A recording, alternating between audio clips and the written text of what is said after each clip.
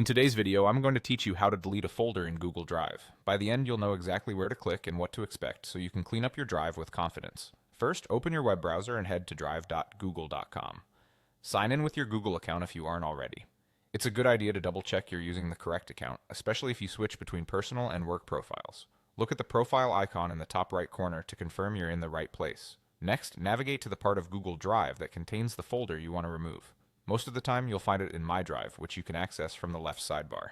If your folder lives in a shared drive, click Shared Drives and then open the correct drive.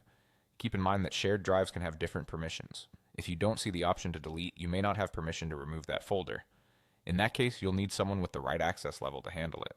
Once you've located the folder, move your cursor over it. You can select it with a single left click if you like, but you don't have to. Now right-click on the folder to open the context menu. If you're on a trackpad, a two-finger click usually works as a right click. On some keyboards, holding the Control key while clicking will do the same. You should see a menu pop up with several options. From that menu, click Move to Trash. As soon as you do, Google Drive will remove the folder from its current location and place it in the trash. This applies to everything inside the folder as well. Files and subfolders go with it. You haven't permanently deleted anything yet. It's simply been moved out of your active folders. A quick note on what happens next.